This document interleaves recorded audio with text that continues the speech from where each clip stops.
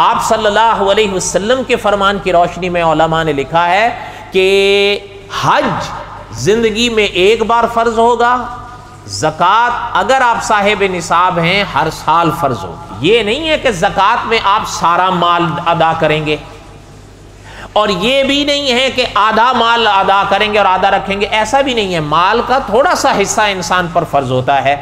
مثال کے طور پر آپ اچھا ایک اور چیز بھی یاد رکھیں، ایک ہمارے اور آپ کے ہاں جو ہے نا جسے کہا جاتا ہے آمدنی،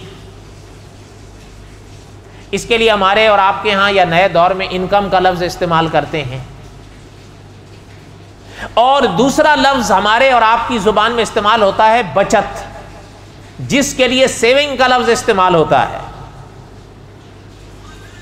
زکوٰۃ آپ کی انکم پر نہیں ہے، آمدنی پر نہیں ہے، زکوٰۃ آپ کی بچت پر ہے، اسی کہتے ہیں نصاب، اور وہ ایک مقرر ہے۔ جب وہ ہوگا آپ کے پاس، اور اس کو بھی جب نصاب مکمل ہوگا تو آپ کے اوپر زکوٰۃ فرض ہوگی، اور وہ بھی بہت تھوڑی۔ مثال کے طور پر میں مثالی بات عرض کر رہا ہوں، 100 ہانگ کانگ ڈالر کے اوپر صرف $2.5 زکوٰۃ آتی ہے، جسے آپ کی اور ہماری زبان میں 2.5% کہتے ہیں۔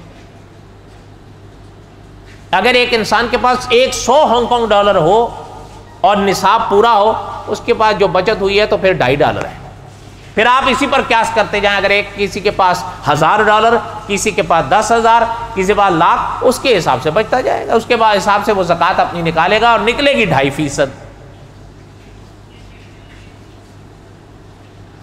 اور علماء نے اتنا آسان قاعدہ بنا دیا ہے اور لکھ دیا ہے، اس کے بعد بھی میں اور آپ اگر عمل نہ کریں، مثلا اگر آپ کے اور ہمارے پاس جو زکوٰۃ کا مال ہے اس کو آپ مکمل کر لیں، اور مکمل کرنے کے بعد جسے میزان کہتے ہیں، وہ کرنے کے بعد آپ اس کو 40 پر تقسیم کر دیں، جو جواب ہوگا وہ زکوٰۃ ہے۔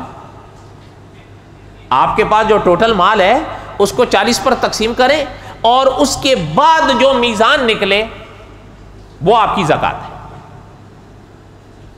اب 100 پر کرتے ہیں $2.5 آ جائے گی، 1000 پر کرتے ہیں $25 آ جائیں گے، بس۔ باقی تو سارے آپ کے لیے حلال ہیں، آپ اپنے کام میں لائیں، اپنے استعمال میں لائیں۔